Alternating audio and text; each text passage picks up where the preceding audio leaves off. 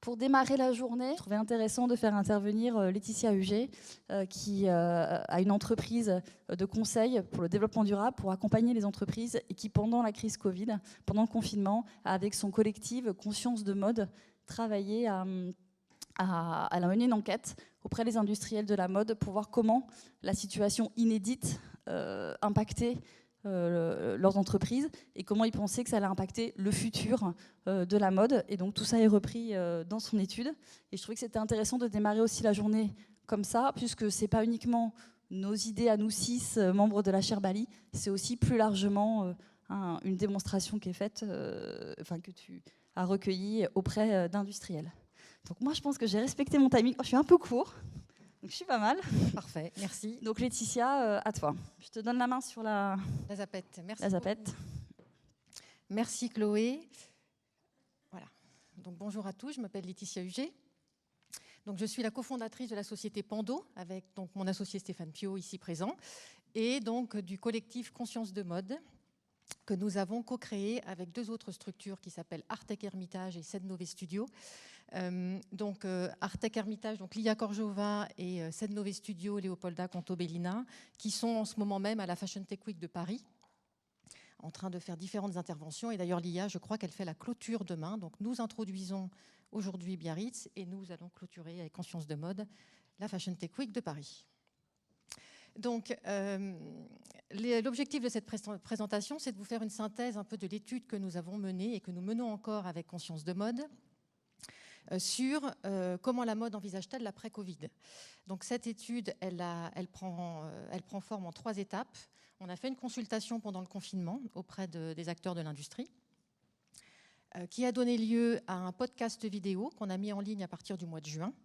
Et aujourd'hui, 3e étape, on est en train de rédiger cette étude et on est en train de l'enrichir avec les derniers événements de ces derniers mois, les derniers chiffres, et également on l'enrichit avec des interviews d'experts. Assez rapidement, vous voyez un peu qui a répondu à cette étude, à peu près 150 personnes.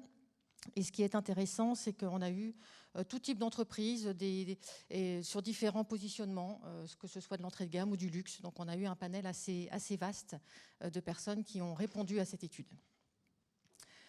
Un peu un rappel du contexte dans lequel on a déroulé la consultation. Un contexte assez particulier, le monde à l'arrêt, la moitié de l'humanité confinée. On se battait pour des rouleaux de papier toilette, si vous vous souvenez, donc c'était assez particulier comme contexte. Et puis notre industrie fourmillait d'idées pour essayer d'amener sa pierre à l'édifice, sa contribution à cette crise, et s'organiser pour produire des masques, des blouses, des surblouses. Et les Français ont pu voir un peu le maillage territorial des couturières que nous avions, et qui d'ailleurs pour beaucoup ont œuvré de façon tout à fait bénévole pendant cette période.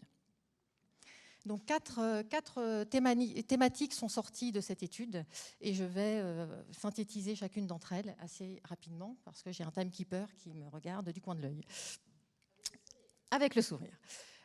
Donc la première thématique concerne le changement systémique.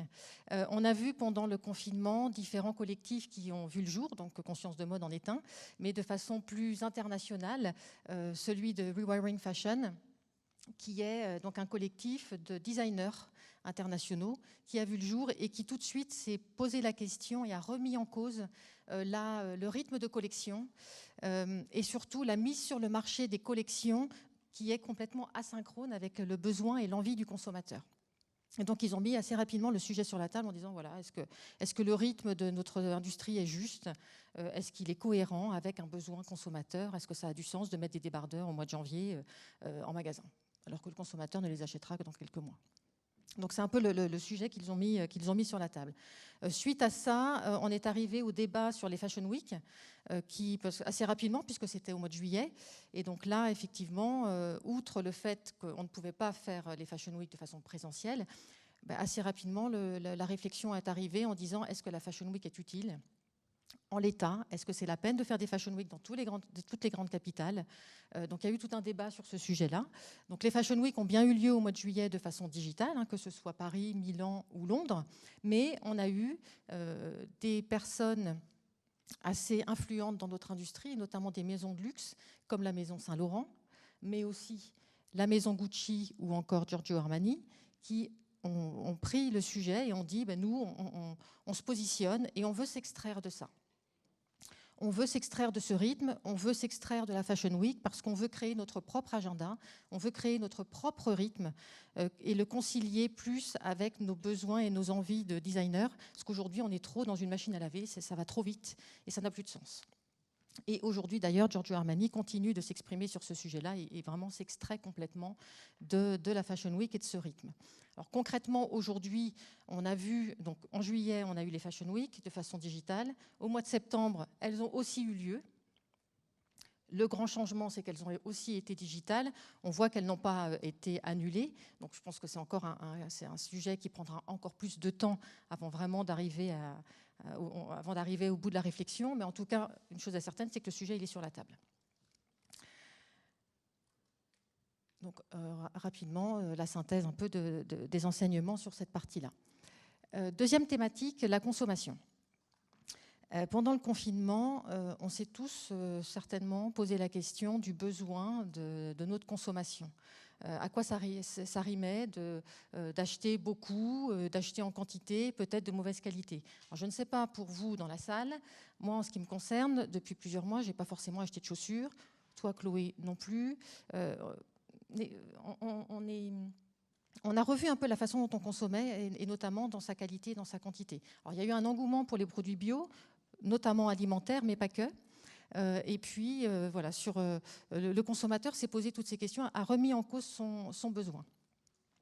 On s'est aussi tous, pour beaucoup, réfugiés derrière nos écrans, crise sanitaire oblige, pour faire du shopping. On a vu un bond du e-commerce pendant le confinement. Donc, ça pose la question du nouveau rôle du magasin de détail. Il va falloir trouver de bonnes raisons pour ramener le consommateur en magasin physique. Crise sanitaire oblige. Donc, il y a des enjeux avec ça qui sont arrivés, notamment l'enjeu du retail unifié. Alors, le retail unifié, c'est quoi? En l'occurrence, c'est comment unifier ses stocks. Quand je suis une marque, comment j'arrive à unifier mes stocks sur mon site marchand, mais aussi en magasin physique. Aujourd'hui, le consommateur, il a besoin de transparence, il a besoin que la marque lui parle d'une seule voix. Quand il va en magasin et qu'on lui dit ce produit est en rupture de stock et qu'il arrive à le trouver sur le site marchand, le consommateur ne comprend pas. Et il a aujourd'hui encore plus besoin de transparence et cette notion d'unification des stocks est un vrai enjeu aujourd'hui, encore plus réel que maintenant le e-commerce prend une place prépondérante dans la distribution. L'unification également, c'est l'unification de la relation client. Il est important que le client il sente que quand il a une relation physique dans le magasin avec la marque, que cette relation existe aussi sur le site marchand. Donc l'unification de la relation personnalisée avec le client, c'est très important parce que ça aussi, c'est une bonne raison de faire revenir le consommateur en magasin. Une autre bonne raison de faire revenir le consommateur en magasin, c'est d'apporter des nouveaux services. Donc on a vu aussi beaucoup de nouveaux services émerger ces derniers mois, notamment la seconde main, l'upcycling, la location, la réparation. Alors quelques exemples, Patata, par exemple, qui propose des corners de seconde main dans la grande distribution. Donc là, c'est clairement un nouveau service. On fait venir des nouveaux... on donne une bonne raison aux consommateurs de venir au magasin, puis surtout, on fait venir des nouveaux consommateurs dans le magasin. La réparation, par exemple, Veja, qui a ouvert son magasin à Darwin, à Bordeaux, il y a quelques mois, dans lequel on peut acheter des Veja, évidemment, mais aussi dans lequel on peut réparer ces Veja. Donc il y a un corner spécifique réparation des chaussures. Nouveau service. Location des sociétés comme Bocage ou comme SKFK qui ont expérimenté en début d'année la location de chaussures ou de vêtements. Donc ça aussi, ce sont des nouveaux services qui peuvent faire venir le client en magasin. Dernier axe rapidement sur la performance des marques. Donc pendant le confinement, on a vu des marques se positionner comme Petit Bateau on se réorganise, comme Simone Perel aussi, on se réorganise et on produit des masques. Et du coup, en tant que consommateur, mais aussi en tant que salarié et comme citoyen, on s'est tous posé la question de l'utilité de l'entreprise dans laquelle on travaillait et de l'utilité de la marque qu'on consommait. On a vu pendant ce confinement des grands élans de solidarité arriver et nécessairement on s'est positionnés tous et on s'est posé ces questions de dire au final, l'entreprise, elle doit aller au-delà de sa simple performance financière. Et quel est son impact sociétal? Qu'est-ce qu'elle apporte à la société? Et là, c'était criant pendant cette crise sanitaire. Donc ça amène vraiment à cette notion d'utilité de la marque par rapport aux consommateurs et à la société qui l'entoure. Donc là aussi, rapidement, les trois enseignements clés de cette étude. Troisième thématique, la relocalisation. Donc aujourd'hui, ces derniers mois, on parle beaucoup de relocaliser notre industrie en France. Alors aujourd'hui, il faut quand même être honnête, nos usines ne ressemblent plus à ça, mais plutôt à des entrepôts désaffectés. Donc il y a un vrai enjeu à relocaliser quand même, la France. On a beaucoup désindustrialisé, d'autant que quand on a délocalisé notre industrie, malheureusement, on a délocalisé également la pollution qui allait avec dans des pays qui étaient moins regardants sur la pollution. Donc aujourd'hui, quand on dit relocaliser la France, on se doit d'aller vers une économie qui est beaucoup plus, une industrie qui est beaucoup plus respectueuse de notre environnement. Donc ça veut dire que relocaliser la France, c'est une industrie plus verte, c'est aussi une industrie plus technologique, avec des équipements 4.0. Ça veut dire des investissements massifs qui doivent venir des entreprises, mais aussi de l'État et de l'Europe. On attend des investissements et des aides importantes pour pouvoir relocaliser notre industrie et réindustrialiser la France sur notre filière. Mais il y a des vrais enjeux, des vraies opportunités, pardon. Il y a des vraies opportunités derrière la relocalisation, la création d'emplois évidemment, la sauvegarde de notre savoir-faire aussi, très important. La circularité, tu en parlais Chloé, c'est pour ça que j'ai mis cette petite goutte qui est circulaire. Quand on parle de relocaliser la France, il faut aussi qu'on réfléchisse à sortir de cette économie linéaire dans laquelle on est pour rentrer dans une économie beaucoup plus circulaire. C'est une opportunité forte qu'on a et je trouve que la relocalisation de la France, ça nous permet vraisemblablement d'aller plus vers ça. Et ça va nous permettre aussi de répondre à un enjeu important de notre industrie qui est la transparence et la traçabilité. Donc la relocalisation, ça va vraiment nous permettre de répondre à cet enjeu-là. Quatrième et dernière thématique, la mondialisation. Donc la crise sanitaire, elle a mis en lumière des enjeux forts liés à la mondialisation, spécifiquement dans notre filière. Un premier enjeu, c'est effectivement l'enjeu social que nous avons dans notre industrie. Avec la crise sanitaire, les ouvriers des sous-traitants, des pays sous-traitants, en Asie notamment, sont vraiment montés au créneau en disant c'est plus supportable d'être encore une fois les laissés pour compte avec cette crise. Il faut savoir que depuis quelques années, on a obtenu très difficilement des avancées sociales dans des pays comme le Bangladesh par exemple. Pas beaucoup, mais on en a eu. La crise sanitaire a tout balayé d'un revers de la main. Pourquoi ? Simplement parce que les sous-traitants se sont retrouvés sans commande. Il y a eu beaucoup d'annulations de commandes. Ils ont dû se séparer de leurs employés. Qu'est-ce qui se passe ? Les ouvriers se retrouvent à alimenter une économie informelle. Donc le peu d'avancées sociales qu'on pouvait avoir dans l'économie formelle des pays sous-traitants sont complètement balayés parce qu'aujourd'hui, ces ouvriers-là sont dans une économie informelle. On n'a plus aucune maîtrise sur eux. Donc c'est vraiment dramatique.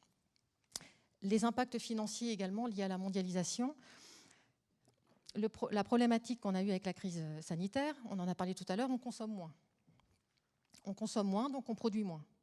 On produit moins, qu'est-ce qui se passe ? Les donneurs d'ordre ont annulé leurs commandes. Parce que pour beaucoup, ils n'ont pas voulu co-assumer le risque financier et l'impact financier de la crise sanitaire.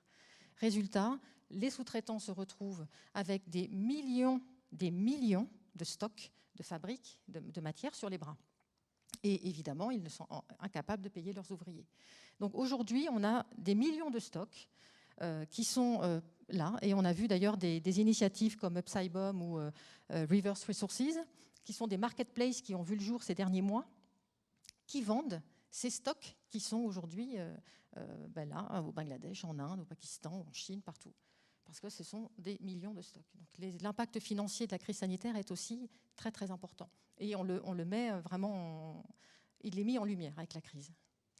Dernier enjeu, l'impact environnemental qui est lié à la mondialisation de notre filière est devenu évident pour le consommateur, parce que le consommateur, pendant la crise, il a compris que le virus était une zoonose, on en a beaucoup parlé, et du coup il a fait le lien entre ce virus et la diminution de la biodiversité. Et la diminution de la biodiversité, elle est liée à quoi? Elle est liée à l'activité humaine qui est extrêmement polluante. Donc le consommateur a fait le lien entre virus, biodiversité, impact, l'impact de l'activité humaine et donc de la mondialisation. Donc il y a aussi cet enjeu-là aujourd'hui qui a été vraiment mis en lumière suite à la crise sanitaire. Donc l'impact environnemental de notre industrie et de la mondialisation. Donc les trois enseignements principaux de cette étude. Donc j'ai fait vite parce que j'ai pas beaucoup de temps. C'est bien, ça va? Je suis dans le timing? C'est largement dans le timing. Bon, très bien. C'était très intéressant, c'était très fourni aussi, très nourri. Est-ce que tu prends quelques questions, réactions, peut-être confrontation du public? Je sais que donc après, tu as prévu de faire témoigner la marque Petite Pote. Oui. Qui est une marque. Alors je voulais aussi, j'avais juste oublié de préciser dans l'introduction que tu es basé à Bordeaux. On est sur la Fashion Tech Week, l'édition région Nouvelle-Aquitaine. Donc c'est vrai qu'on a essayé de favoriser au mieux et au plus les entreprises. Mais voilà, j'ai oublié aussi de dire dans l'introduction que tu étais donc de Bordeaux et donc Petit Pote, c'est une entreprise aussi de Bordeaux. Est-ce que tu veux prendre des questions maintenant ou tu préfères le témoignage préalable? Je pense qu'on va enchaîner avec le témoignage de D'accord. Caroline et après le témoignage, on prendra des questions. Parfait, on y va. Juste donc pour information, je suis allée très très vite sur cette étude qui est évidemment beaucoup plus fournie que ça. Si vous voulez voir le webinaire qu'on a mis en place au mois de juin, qui dure 30 minutes, vous avez le lien. Et on est en train d'écrire donc cette étude, on est en train d'en faire une publication. Cette publication sera prête courant octobre.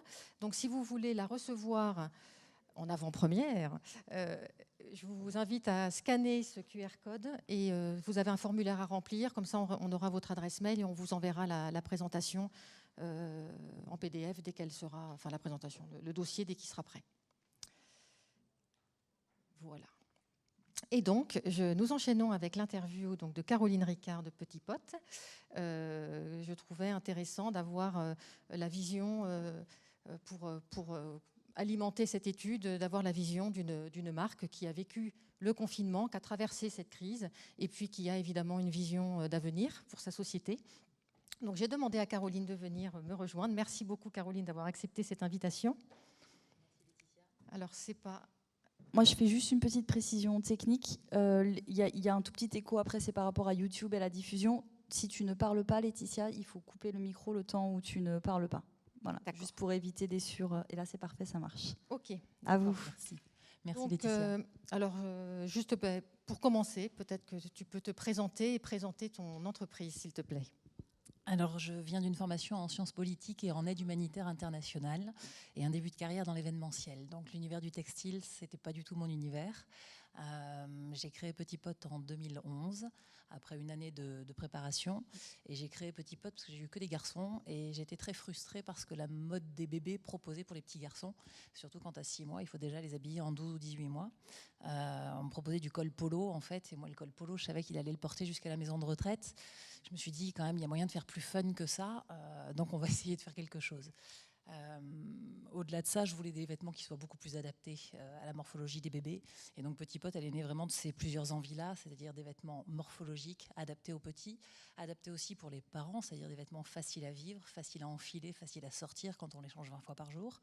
J'avais envie aussi d'un look un peu mixte, parce que maman de garçon, j'ai pas eu droit aux robes. Et vraiment, c'est très très court la mode pour les petits gars. Et je trouve qu'on les genre trop tôt, donc Petit Pote a voulu lancer des choses plus mixtes, et c'est comme ça qu'est né le produit phare de la marque. Le produit phare aujourd'hui, c'est un sarwell qui est réversible, évolutif, il grandit avec l'enfant, et puis autour de ces produits-là, en fait, je brode et je développe des petits accessoires. Petit sarwell qu'on voit d'ailleurs sur le slide. On voit les pieds du sarwell. Caroline, je t'invite juste à positionner bien ton micro pour qu'on t'entende bien pendant ton bien intervention. Comme ça. C'est parfait. Ah, ok. Je rallume mon micro. Merci beaucoup. Est-ce que tu peux nous partager les valeurs de l'entreprise de Petit Pote ? s'il te plaît. Les valeurs, c'est un peu simple, mais moi j'étais animée par la passion avant toute chose. C'est vraiment né d'une passion, cette marque-là. Dans ma carrière professionnelle, j'avais croisé pas mal de gens qui étaient plutôt malheureux de ce qu'ils faisaient, frustrés, je sais pas. Et moi j'avais envie de prendre du plaisir dans le boulot. On y passe le plus clair de nos journées. Et c'est un projet sociétal, je crois, mais se dire qu'à travers nos 8 heures ou 12 heures de boulot par jour, on va pas prendre de plaisir, pour moi c'est juste pas concevable en fait, tout simplement. Donc travailler, oui, mais en prenant du plaisir. Et du coup, pour avoir une relation comme ça avec mes partenaires qui soit basée sur cette passion-là, il fallait des partenaires proches. Et encore une fois, ne venant pas de l'univers du textile, c'était beaucoup plus facile finalement pour moi de me positionner d'entrée de jeu sur du Made in France et même du Made in Bordeaux, parce qu'en fait, Petit Pot, c'est Made in Bordeaux. Voilà. Très bien. Donc, par rapport à justement la période que nous venons de traverser, cette crise sanitaire, ce confinement, comment Petit Pot a traversé cette crise ? C'est un peu dur à dire, mais très très bien. La phase de confinement, alors il y a eu d'abord la sidération liée à ce confinement, et ça tout le monde l'a traversé. Et puis dès que j'ai compris que les expéditions de colis auraient lieu, moi c'est de la vente en ligne, Petit Pot c'est un e-shop avant toute chose, donc j'étais en capacité à expédier mes colis, et du coup je me suis rapprochée de mes partenaires de production. Les ateliers bordelais. Alors, je travaille avec une couturière indépendante qui, elle, était très peinée de la situation parce qu'en tant que couturière indépendante, elle fait beaucoup de retouches. Petit Pot, c'est du plus pour elle, mais c'est pas son cœur d'activité. Et donc, elle était très inquiète pour la suite du fait de la fermeture de sa boutique. J'ai un atelier qui fait aussi de la confection plus en série sur Bordeaux, mais ce sont 2 indépendantes qui le tiennent. Et elles m'ont dit, nous, on maintient l'activité, on prend nos risques, mais on n'a pas le choix en fait que de rester debout à travers cette crise-là. Voilà. Et en fait, j'ai été répertoriée très très tôt comme fabricant de masques. Un peu par erreur, mais finalement j'ai reçu beaucoup de demandes de fabrication de masques assez rapidement. Par des particuliers ? Par des particuliers, par des entreprises. Et du coup, on a réorganisé notre travail. Marine, qui est ma couturière indépendante, je lui ai envoyé toutes les demandes de particuliers pour du masque en disant ce sont des demandes en local. Donc elle va multiplier sa visibilité, en fait, elle va faire accroître sa visibilité. Elle a pris comme ça les commandes des particuliers. C'est ce qui lui a permis de traverser finalement toute la crise et de rester debout et d'en sortir plus forte encore. Et puis l'atelier de confection, eux, ils ont pris les commandes des industriels pour du plus gros volume. Et ils n'ont jamais oublié que Petit Pot était à côté, et que Petit Pot, moi j'ai pas voulu glisser sur le masque parce que c'est pas mon métier, puis c'est pas là que je m'éclate. Donc j'en ai fait quelques-uns, mais moi personnellement à titre bénévole. Mais on est resté sur notre production de Sarwell, qui elle s'est très bien portée en fait pendant le confinement. Et donc la production, on a maintenu la prod en gérant le besoin immédiat qui était sur le masque, et sans oublier qu'à long terme, on se tiendrait debout grâce au Sarwell et sans doute pas grâce au masque. Voilà, donc cette agilité-là a été permise du fait que on est tous très proches les uns des autres, et en réorganisant la façon de travailler, on a tenu le coup. Ouais.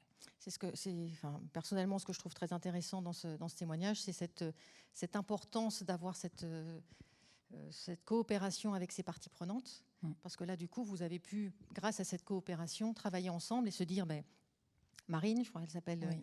Elle va prendre plutôt les masques. Alors toi, tu te retrouvais à récupérer les commandes de masques et du coup à les donner à tes sous-traitants en organisant, en disant l'atelier de confection, ça va plutôt être pour les pros, ouais. Marine, ça va plutôt être pour les particuliers. Du coup, ils ont pu eux aussi traverser cette crise, et du coup à la sortie de la crise, tu as toujours tes parties prenantes qui sont là avec toi. Tout le monde a traversé la crise, et même petite anecdote supplémentaire, mais je fais partie d'une association qui œuvre pour les enfants cardiaques à l'hôpital de l'Évêque de Bordeaux, et on m'a demandé de fabriquer du masque pour l'Évêque. Et j'ai dit, moi j'en fabrique personnellement sur mon temps libre, mais il est hors de question qu'on demande aux petites marques de faire du bénévolat, oui. Et aux couturières professionnelles de faire du bénévolat.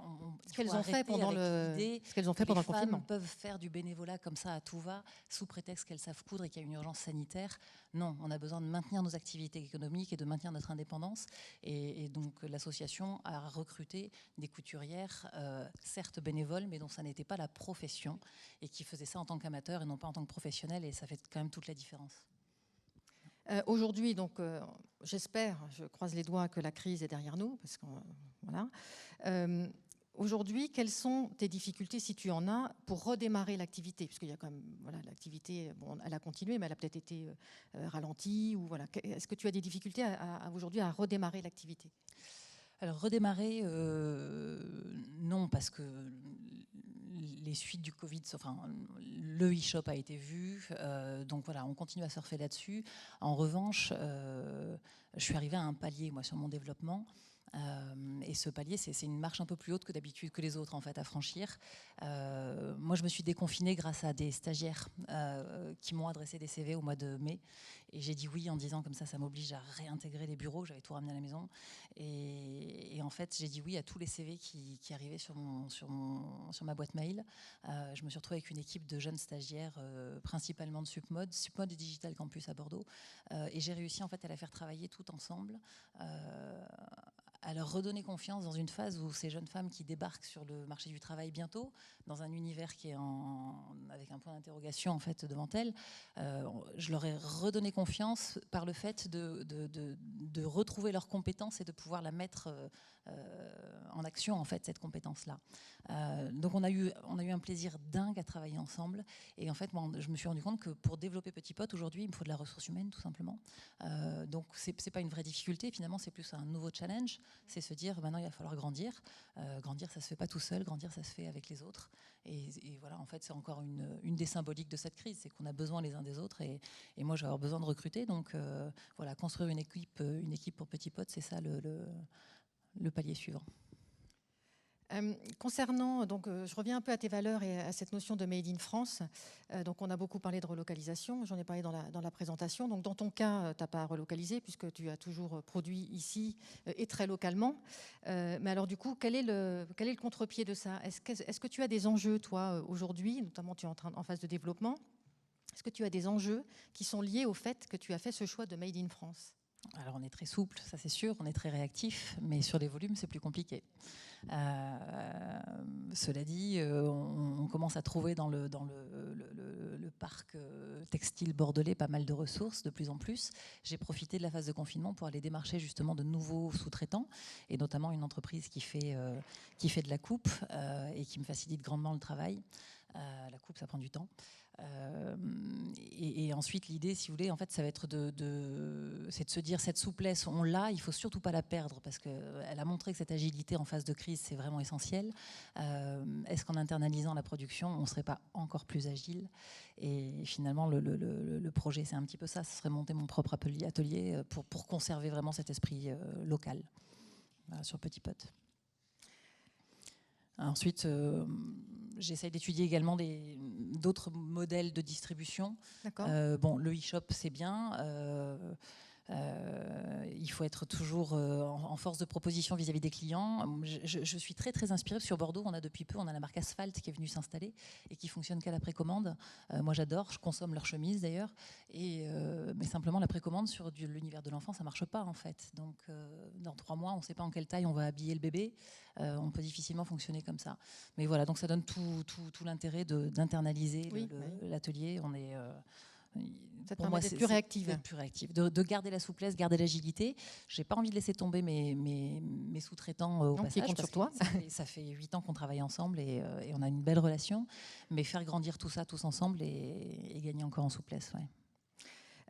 Parlons un peu des collections de Petit Pot. J'ai parlé pendant la présentation justement de Rewiring Fashion qui remettait un peu en cause le calendrier, les collections, etc. Comment toi tu construis tes collections et comment tu vois justement un peu toute cette problématique qui est en train d'arriver sur la table sur le calendrier des collections ? Alors, moi, encore une fois, je ne viens pas de l'univers du textile et concevoir une collection, c'était quelque chose hors de portée pour moi. Donc, je suis un peu un ovni, je ne fais pas de collection pour Petit Pot. Je suis vraiment sur un produit concept, mon petit Sarwell, et en fait, je sors un nouveau coloris chaque mois.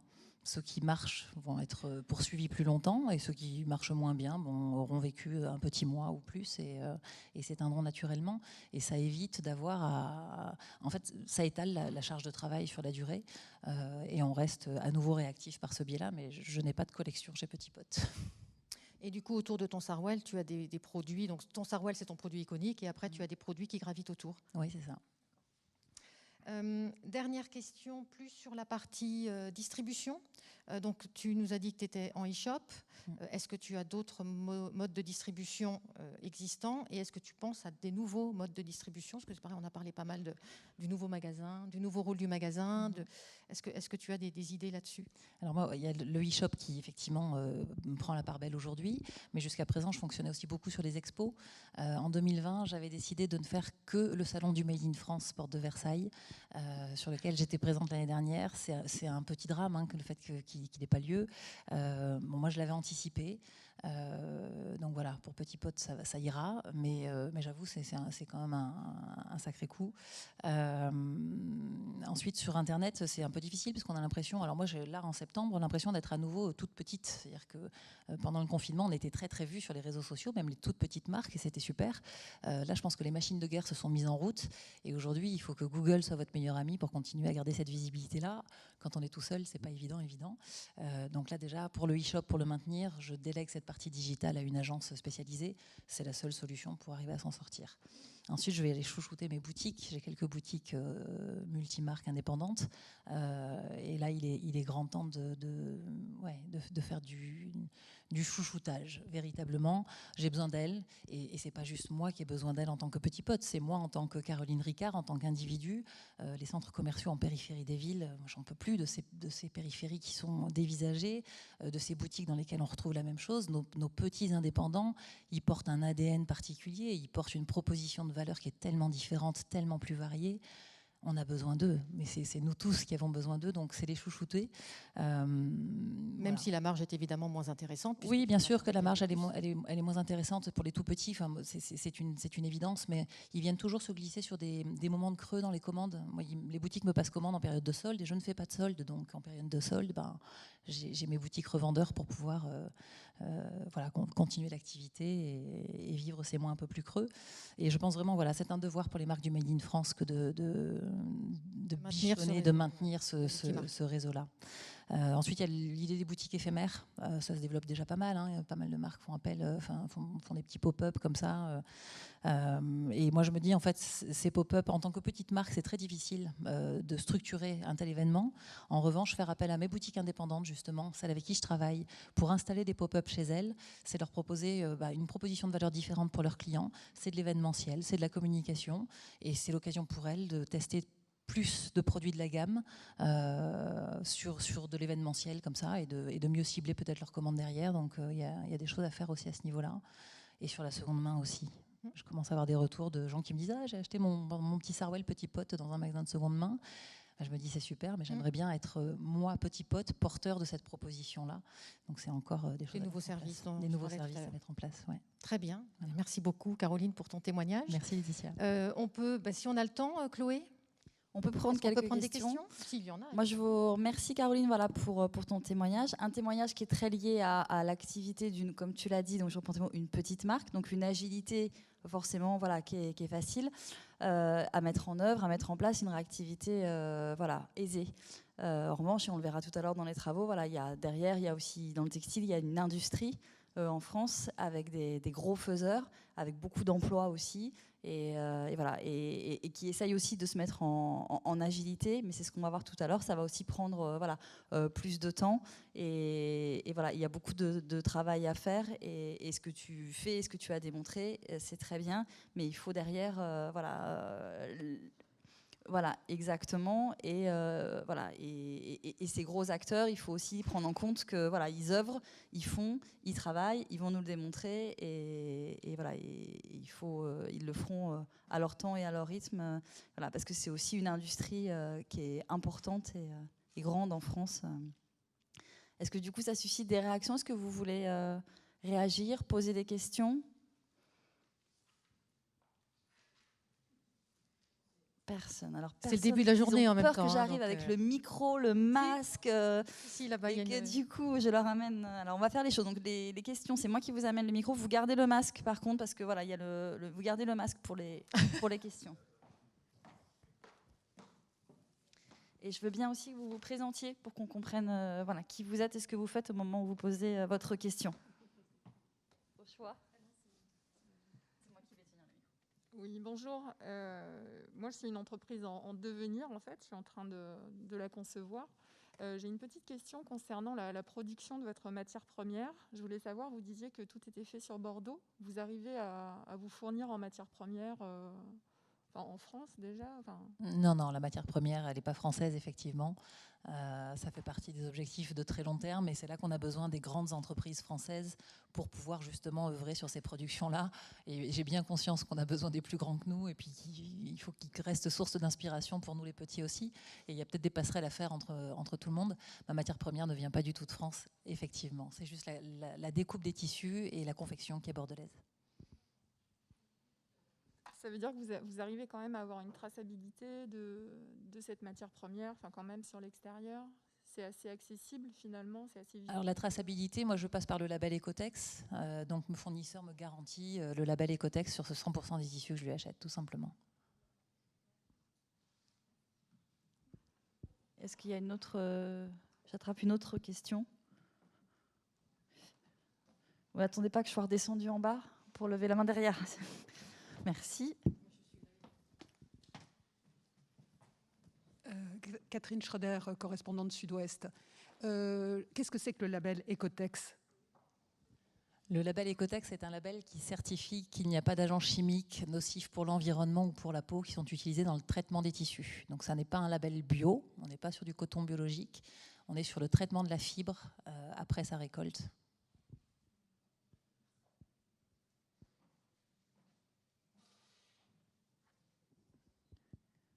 On en reste là ou vous êtes...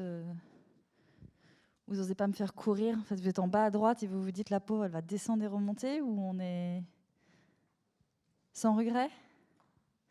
Bon, en tout cas, on a un timing qui est parfait. Merci beaucoup, Laetitia, c'était très intéressant. Merci à vous.